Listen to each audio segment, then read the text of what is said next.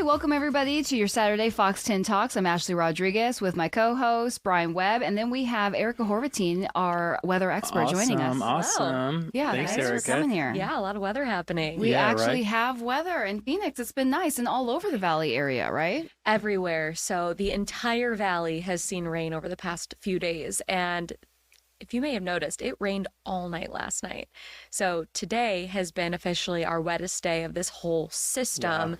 We picked up 0.71 inches. So that's more than our monthly average of rainfall. Wow. We typically see 0.56 throughout the entire month. So we saw 0.71 in one day. And it's not even necessarily over. Yeah, right. Yeah, we could see more tonight. Right now we have just some really hit or miss sprinkles across the valley. And then tonight we could see more showers and thunderstorms. But right now it is kind of looking more like East Valley. So we'll see. So is this part of that big storm that Priscilla, I think it was, is it all kind of breaking up now and going this way and that way? Yes. Okay. So, but we do have two storms influencing us right now. So Priscilla moved in and wrapped around high pressure. So what we saw from last night through this morning, just that constant rain that was coming down, that was pretty much the rest of Priscilla wrapping inland. Then we also have some moisture still kind of moving our direction from Tropical Depression Raymond, which really didn't do much, but it kind of followed the same path toward that Priscilla took. And then it moved in. It's going to stay mostly southeast of us, but we still have a ton of low-level moisture, so we'll be able to get rain from the other system. The other system is a large upper-level trough, which is moving into the western U.S., which will provide enough lift and energy to get any rain going that, we can from all that low-level moisture. I like the rain. Mm-hmm. I do want to be sensitive, though, to communities that are dealing with flooding. Is there anybody out there, like obviously Globe got hit last time. Are they doing okay this time? It seems like so far they are. I think that the rainfall totals so far have been a lot lighter. They've been a lot steadier. Whereas with that last storm, it was just torrential rain and they got about 3.5 inches in one day. So this has brought maybe 3 inches over the course of 3 days to a lot of spots. So Pine and Strawberry have seen the most rain across the state so far. Yeah, they've picked up over 3 inches in the past 3 days. I was going to say, every time I look at one of your maps, I'm like, the northern part of the state just seems like day after day it's getting hit. Well, and they've also been the ones to see the flash flood warnings. So it was the West Clear Creek Basin and the Wet Beaver Creek Basin. Both of those start up near Strawberry and Pine. But those are really popular areas to get out and do, like, cliff jumping or hiking down into those canyons. So I think we gave enough warning that nobody's doing that, but those are the areas seeing the flash flooding. Cliff jumping, like Erica does. Yeah, exactly. Yes. Well, yeah, we all worried about Globe. I was there yesterday, and it was kind of one of those weird things where we know the bad situation they went through just 2 weeks before that, but yesterday it was kind of sunshine and kind of a nice day. People were still cleaning up and preparing in case, but there wasn't really much going on.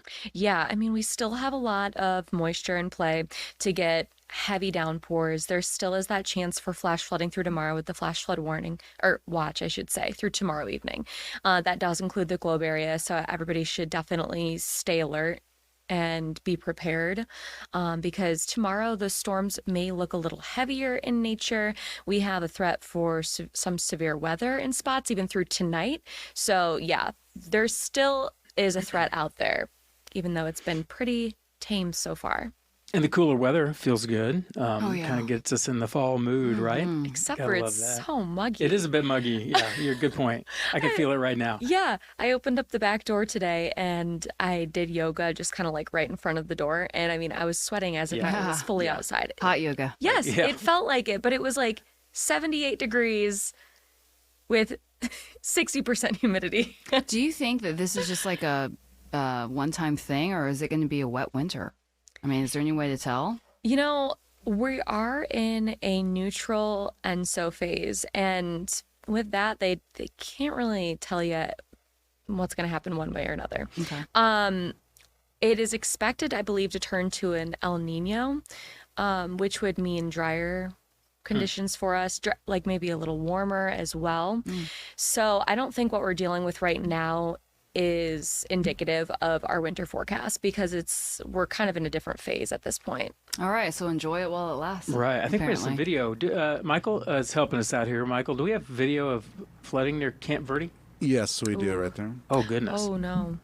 Okay. So there you go. That's up toward the area you were talking about, right? Yeah, and you know what? There is currently a flood advisory up north. It's in the Agua Fria River. I don't think that's the same river as this because I think the Agua Fria is a little closer to Prescott, but it's still kind of that general area. Yeah, that's something you just don't want to drive into. You could tell that was kind of over a road. Yeah. Yeah, and we were talking today in our news meeting about some of these water pumps around the valley that are supposed to get the floodwaters off the highways, and they seem to work pretty well last time around, except for the one right here at the tunnel. Remember a couple of weeks ago, there were all the cars in the tunnel, Yeah. and in theory, there should be or might be a water pump near there that wasn't working, so we were going to try to check that out today. But yeah, you can't mess with floodwaters, right? No. Nothing doing. No. Yeah, I was on the roads yesterday and I just felt like I was hydroplaning. Like, Oh, yeah? not me as a driver, I was in an Uber. Yeah. Yeah. Oh. And That's scary. Yeah. And we you were like- just like, we just kept hitting these puddles, but we're going fast. So it's just like Like, hey, dude, slow down. a little bit, you know? I know. It doesn't take much water on the road. No, it doesn't. So, Yeah. But it is in our business. I brought this up the other day. It's kind of you got to be careful. Like I love the rain. It's nice to hear and see, but just down the road, it could be causing somebody some real trouble. So you come in here all happy that it's raining, but not necessarily great news for everyone. Well, our ground is definitely saturated, so I'd be on the lookout for any winds, bringing down trees that have already taken a bunch of, moisture from the last storm. that's actually a really great point that I didn't even think a whole lot about, but we actually do have wind in our forecast. It looks like that's going to arrive Monday, Tuesday, Wednesday. So that could impact us here in the valley, but the high country could end up seeing 50-mile-per-hour wind gusts. So up there, they're saturated as well with all of this rain. That would be a much higher threat. Yeah, that's definitely like it caused down trees. Good which point. are scary. Yeah. Could it rain Yeah. then Monday and Tuesday and Monday, on? Tuesday. Monday, there is a chance for rain. Tuesday, it's looking more isolated in the mountains. And finally, on Wednesday, we'll be drying out. And then we have pretty much no rain for the foreseeable future. So get it all in now. Enjoy Tell me it the now. triple digits are gone for good. They are for now. Okay. What will Halloween look like? I think it looks pretty promising because as we get toward later in the month, triple digits are just a lot harder to get to. Right. And we're getting there. I mean, we're almost to... Yeah, isn't that crazy? We're in the second half of October, which is nuts. But temperatures through the week ahead are in the 80s. Nice. Oh yeah. Yeah. Yeah, this is a great time of year to be in Phoenix. This is the payoff. Yes. This is what we put ourselves through for all those months. And we need some Definitely. sort of payoff, and this is it. Yeah. Okay, Erica, thanks for coming in. Appreciate Yeah, it. you're welcome. All right, we'll keep See an you eye on the things. 5. See you Okay, at the sounds 5. good. Well, this was crazy. Do you know who Diane Keaton is? Of course. Just checking because she's a huge deal, and she died today. I mean, I was like, shocked what? too, because usually you have a heads up. So right now there's a lot of heads up around Dolly Parton. Yes, good point. She's in the news because she is in the hospital. Her family is gathered. They're watching her. But this Diane Keaton thing, it just dropped out of nowhere. And this is just my impression of her always. Big smile, lots of energy, young, youthful, pep in her step. And I was not expecting this at all. She was 79 years old. And I guess I didn't realize this until our executive producer told me, but she lived in Tucson for a while. I looked it up. She had a historic home, adobe house, and she bought it in 2018. Put a lot of work into it, and then sold it in 2020. Barrio Viejo neighborhood, and she enjoyed apparently driving from California out to Arizona to soak in the desert sun, I guess. Very cool. Yeah, I was just going through some of her movies. I remember, obviously, Godfather. She brought such a human element to that situation and kind of made you turn on Michael a little bit. Yeah, The way he treated her. For you sure. know what I mean? What else? Annie Hall. stands out. Won an Academy Award, I think, for that. Father of the Bride. Sure, yeah. Look Who's Talking. First Wives Club. Do you ever see that one? No, but I know what you're talking about. Mhm. Bette Midler and Goldie Hawn, I think. Family Stone. Did you ever watch that one? Never saw that either, but That one's yeah. really good. Something's Gotta Give with Jack Nicholson. I mean, she's worked Yeah. with so many Yeah. people. Yeah, she was an A-lister for sure. And I read one other thing that, I mean, just how fast things can happen in Hollywood. I think she was on Broadway, I want to say in 1968. And then by what was The Godfather, 71, 72, Yeah. she was already at the top Mhm. of Hollywood and then became Woody Allen's muse. And then, he used her over and over again. I mean, Annie Hall is like a 70s classic. I mean, She was pretty young yeah. in that movie. And she kind of played the new hip chick, right, who was Yeah, a he little had too cool a for type. him. Yeah, he did. So that was a big loss today. Yeah, it's 79, I guess I didn't even realize that she was that age. age. She didn't put off the 79, 80 vibe at all. And I didn't know about the Arizona connection. And It looks like Wow. we'll be getting some details because right now they're not disclosing the reason behind her death. But I think a lot of people are really curious as to, was this natural? Or Yeah. was she sick? yeah, Was it expected? because all we know, ambulances were called this morning to her home in California. Yeah. And that was it. That's it. That was it. Yeah. We've Okay. lost a legend. Big shocker Going there. back to Dolly Parton, she Yeah. did release a "I'm Still Alive" video, I believe, yesterday or the day before, which is a very 2024 thing. So I think the rumors may have been unfounded. I think her sister had Yeah, her said sister. she was in trouble, but she refutes it. So Okay. Well, the sister was put out AI. a tweet. It could have been AI. Dolly Parton's 79, by the way. But yeah, the sister, did she put out a tweet, prayers for my sister? And then everybody's like, whoa. Whoa, what's going on? Dolly Parton is Yeah, that's- another legend, of course. So, yeah. Okay, we'll keep an eye on that. And we want to thank Jared of Sonora for joining us. He was on before we even got out here. That's how much of a trooper he is. Ready to go. Appreciate that. All right, I think we're going to have a break coming up soon. We have Robbie Baker coming in to talk all things sports. So I think the Phoenix Mercury gave it a heck of a try. They didn't quite pull it out against Las Vegas. It was amazing because I was down there and just to see the energy. Yeah, it was great. There's a lot of people headed to the game. So, That's good. Yeah. That's good. They deserve it. I mean, they deserve it. And if I remember right, they blew up their old team that was a big deal.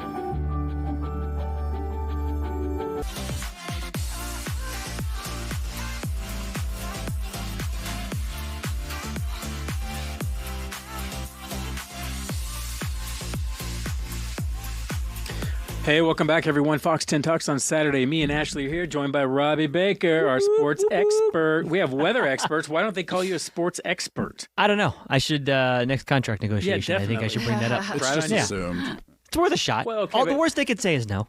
Well, you know? okay. I think would he it- is a sports super fan. That's what I call Yeah, you. I'll go both. Super Well- fan, expert, you know. That's pretty cool, though. Like when you think about it, like if you're really into sports, what a great job. Yeah.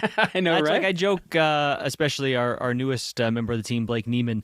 I joked with him. I think it was at one of the ASU games. Yeah, it was the ASU TCU game. We Yep. were doing the live shots on the field, and that was the first time Blake had ever done like live pregame coverage. So he was all giddy and excited, as he should be. Sure. And I kind of joked and turned to him at one point, and I was like, "Not only do you get to do this, but we're getting paid to be. We're getting paid. They're paying us to be on the sidelines of this nationally broadcast game. So yeah, it's Nuts. it's not a bad gig. I talked to somebody recently. I taught at ASU way back in the day a little bit, and I didn't know that. Yeah. How'd your students pan out? A couple of them are way ahead of me. Then you did a good job then. Ladder of success. You know what they say, those who can't do teach. That's exactly right. And you know what else I say is that teaching wasn't quite what I was expecting. It wasn't quite as you run into some issues that you weren't expecting. You think you're going to go in there and teach all these motivated students and they're going to be great and they're going to listen to every word you have to say. And it wasn't really like that. I don't need to go any further than that. No, but, I know what I one of the first times, because I've been back now for almost 5 years, and I'm from here. I went to ASU, and I was invited to come back and speak a couple times at Cronkite when I got the job back here. And one of the first times I went back, during the question section, one of the first questions I was asked was, how do I become an influencer? Wow. And I was like, I don't think I'm probably the person to answer that. I don't Right. think I influence anybody. And also, you don't have to go to college for that. Exactly. So I don't Exactly. really know how to answer. Save your money, save your parents' money. Well, that's kind of what I was going to bring up is that somebody who talked to me the other day, and I'm honestly forgetting who it was, but I asked them, what are journalism students? Are they still trying to get into TV news now? Because it seems like That's a good question, everybody yeah. wants to be influencer. They said they want to be influencers or they want to be in sports, Yeah. and they want to like do your job or call games or something like that. Yeah, I mean, sports is definitely. I mean, that's what's kind of buoying this whole TV thing up still right now. True. It seems like is live sports is the one thing that you have to watch live. I mean, if you're not watching a game live, and you can obviously follow it on Twitter or social media or whatever, but if you're not engaging with the sport live, that's immediately going to be spoiled for you. So I think live sports is still, and sports is still obviously a big interest. I mean, Cronkite has a whole entire sports degree now from start to finish. You take sports journalism classes, which it wasn't that way when I was there. I had to struggle. I had to go through and do news reporting and print reporting and Walk uphill to class. I had to go uphill both ways in the snow. It was terrible. No, it was good. I liked that experience because I ended up. I mean, I'm sure we all had roundabout ways to get where we are now, right? So I actually, at a previous time I worked in this market, I actually worked at a Flagstaff bureau in news for a little bit and had to cover when they got crazy snow and things like that. So the news experience ended up in the news classes I took at Cronkite paid dividends for Well, me. that's good. And when I was in Alabama, I think there was 4 different hurricanes I had to Yeah. cover and Oh, things really? like that. So obviously being able to do this job, you can do it in sports. It's all storytelling, but Yeah. the news classes I had to take definitely paid dividends for me. Were you in sports in Alabama and they pulled you to go cover a hurricane? Yeah, yeah. Oh, I was all hands on deck. Yeah, once those hit, it's an all hands on deck situation. And live sports, I can't pull Ashlie away from the TV and get her to She stop loves it. watching live sports. People, You name it's it. a common misconception that when there's hooting and hollering people just assume it's Blake and I in the sports office on a weekend. It's usually Ashley in the Ashley newsroom. Rodriguez going It's nuts. usually I did catch the Eagles-Giants game, not by the choice. Scadaboo Not special. by choice. Yeah, so that was really cool to see Yeah. a familiar face. Yeah. Oh, he's killing it, right? He basically became a national hero, I think, on Yeah. Thursday night. Yeah. I mean, and the coolest thing is we all knew it here. We watched it for 2 years here, and no one nationally knew him. And then the Peach Bowl, he has the big breakout performance in the Peach Bowl, and then he starts getting the draft buzz. He gets drafted, and then it's, you get into the draft, and I feel like half the time the NFL draft is teams and analysts talking themselves out of why we shouldn't take a player. It's, well, he's Yeah. not fast enough. Well, Yeah, he can't yeah, jump yeah. high enough. Well, his 3-cone drill isn't this or that. It's like, guys, Scadaboo is a football player. He is the definition of what you want in a football player. And the Giants take him in the 4th round, and to see him, I mean, he wasn't the starter at the beginning of the year. Their starting running back got hurt, and now their other running back is healthy, and they're still playing Scadaboo because he's playing so well. And to see on national television what he did against the defending Super Bowl champs, then he's after in the post-game show, he's ripping off his shirt with Ryan Fitzpatrick. I mean, he's become like a national icon right now. It's awesome. And you called it, and I was questioning too, because I heard all of the naysayers, and I'm like, well, yeah, that makes sense. He's slow. He's not that big. He's this. He's that. He's not this. He's not that. But I remember asking you, and you're like, no, I think he's the real deal, and it's panned out. Yeah, there's just certain guys that are just football players. I don't know how else to describe it, and he's just one of those guys that you want on your team, because it's what ASU has maybe struggled with at times this year. Is it's not even so much that he's going to break an 80-yard run for a touchdown, which he has more than the ability to do that, but he's just the kind of guy that even if it's on the sideline, just he has that infectious energy, and that was the one thing maybe I was thinking, okay, the NFL is obviously different than college. These are adults. They're getting paid a lot of money.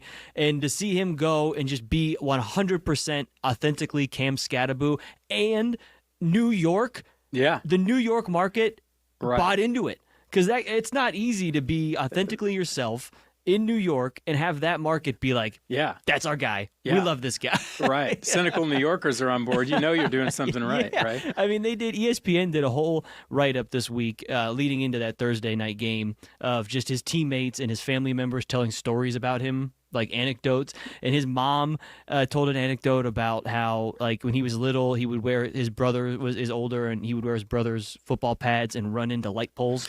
There you go. It's stuff of like folk tales. It's just it's crazy. I love it. Have you ever thought about it? Like, maybe, the Cardinals could use a guy like you in the front office. Like, you're like, guys, no. He's a football guy. Me Draft in the front him. office? You. I don't think I could save the Cardinals. Do the Cardinals? No, I'm just kidding. Do they play tomorrow? The Cardinals, they do play tomorrow. They play against the Colts. What's their record right now? The Cardinals are 2-3. The Colts are 4-1. Ooh. The Colts have a top 5 offense and a top 5 defense. Oh no! And we don't know for sure, but it does not look like Kyler Murray is going to play. Really? Yeah, he was out. So he sustained a foot injury in the Titans game. Came back and played, and did not practice Wednesday or Thursday of this week. He did practice on Friday, but then usually throughout the week, the starting quarterback meets with the media. Kyler Murray did not talk this week. We got Jacoby Brissett that met with the media. And then today, they signed another quarterback to the active roster for the game tomorrow. So if you put the tea leaves together, it does not appear like Kyler Murray is going to play tomorrow. He's officially listed as questionable, so they haven't ruled him out yet, but it's not looking good. You know what I was thinking? The way they've been losing those field goals time after time. It's the first team in NFL history to lose on 3 straight walk-off field goals. Super Bowl. It's just adds an element of gut punch, heartbreak to it. But does it? I don't know. Is there any silver lining because the game is close? You're not getting blown out, or are people's jobs on the line already? Or do you? Well, I mean, after the loss to the Titans, Gannon said it at the podium afterward. That was basically whether you're a first-round pick, if you're a Pro Bowler, if you're a third-year head coach. After a loss like that, the time is the clock is ticking on all of them. Like he even acknowledged it after last Sunday, and yeah, it's kind of a catch-22. It's one thing to lose 3 straight, which is not good, but there is an argument to be made. Well, they were in all 3 games. The Titans one is the one that was just the backbreaker, because to lose on the road to, yes, little philosophy, very sad for the Cardinals. To lose on the road to San Francisco, okay. Yeah. They had a backup quarterback, but Mac Jones has been playing well. Last second field goal, we can write it off. The Seahawks game, okay, they came back. They were down big. They made the fourth quarter comeback to tie it. We thought they were going to go to overtime. Last second field goal thing happened again. Okay. But this the way, I mean, it's not even worth revisiting. Cardinals fans need to forget that. Namaste for Cardinals fans. That Titans loss was like, that was an all-time. Like, that's up. The people have talked about that all week as one of the worst collapses in NFL history. Like, that is an all-time collapse. Ooh. So to lose that way, that one's like, okay, a walk-off field goal. That game shouldn't have been close. Like, they should have won that game. They were favored by 10.5 points, I think, or something. Ouch. Yeah, so that was the one that was really kind of the backbreaker right now. So we'll see if they can respond, hopefully. The one thing I will say about the Cardinals is they're going on the road. The Colts are one of the best teams in the NFL. They may have a backup quarterback. Somehow the Cardinals will win by 2 touchdowns. This is what the Cardinals do. So I have no idea. They lose to the teams that they should kick their butt, and vice versa happens. So it's hard to say. And pivoting real quick, you were talking about the WNBA and a little bit of the buzz with the Mercury, and hats off to them for a great season. I mean, that was kind of cool. Were you at the game? Blake was there last night because I was in house. I thought we would be doing the news last night, and then the Mariners and Tigers decided to play 2 baseball games in one night. I heard about that. So that was, it ended up being an easy night at work. I guess I can't complain. But did we go on at all? We did not. Oh, no, we got totally. That game went all the way. It went past 10 o'clock, and then the post-game show went through, and it just blew everything out. So that doubles down on your story about getting paid. I mean, you got paid to sit around and watch baseball and do nothing all night. I worked. Okay, I worked. But no, Blake was over there last night at whatever they call the arena now. Arena Mortgage, this week. Mortgage something arena. But it was incredible what this team did. I mean, look, Diana Taurasi retires. Brittany Griner leaves in free agency. They added a ton of star power on the fly with Alyssa Thomas and Satu Sabali and some of the rookies they added that ended up panning out in a big way. And, I mean, look, the Suns tried to do it. You add stars on the fly, and it flamed out in spectacular fashion. The Mercury tried it, and that's a testament to the women in that locker room that it worked, and they got to the finals, and the coaching staff and Nate Tibbetts and everything, that they all bought in and rode the boat like they did. But that was tough last night. Alyssa Thomas getting hurt right before halftime, and you could just see the frustration from Nate Tibbetts, and he got ejected in the third quarter from arguing a ticky-tack foul. It was a bummer the way it ended, but knowing the X factor and this passion to this fan base, this is not going to be a sour taste. And obviously, it's a bummer they didn't win. Yeah, I get it. But the highs of this season and getting to where they did, and also they lost to the Ace. I mean, this is the Aces' 3rd title in 4 years. Right? It's like losing to the Patriots in the Super Bowl back in the day. It's like, well, we got there. You know? Yeah, That's right, for sure. Good stuff. Well, hats off to the Mercury. Next year we'll get them. Yeah, and go Cardinals. Do something crazy tomorrow. Yeah. I mean, do some shock the world. Do trick plays like every other time. Hey, that's what Kenny Dillingham did it was his second year here, where they were down to basically their tight end playing quarterback. They went to UCLA and they beat the Bruins on the road by running an offense called the swinging gate. He found it it was something from like the 50s, and they ran all these trick plays and they won. So hey, there's hope for the Cardinals. Swinging gate tomorrow. There you go. Do it, Coach. Thanks, everybody. Thanks. See you next time.